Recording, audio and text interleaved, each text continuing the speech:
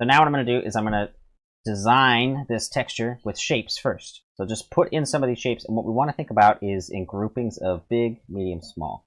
This will prevent us from making all of our scales the same width and it looking too man-made or machined. We want to kind of vary and make it feel organic and have a sense of rhythm.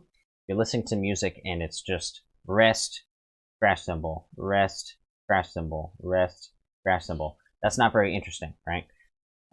It's not interesting if it's all crash cymbal or all rest either. What we want to do is vary it. So let's have a big, long span, crash cymbal, maybe a small span, crash cymbal, and then a medium span, crash cymbal.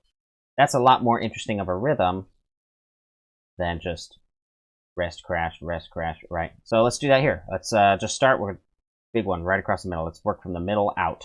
Roundish, squarish shape. Maybe I'll put in like a little diamond here. That'll be a medium shape.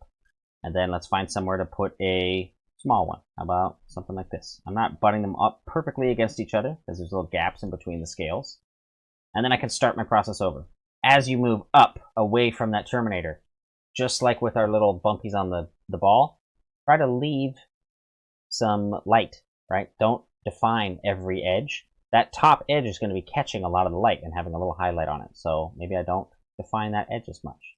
And then on the bottom, the opposite is true. We want to really push these lines harder. Our next step is to start just pumping up the contrast. And the fastest way to do that, I think, is with ambient occlusion and like cast shadows, because they're really, really dark.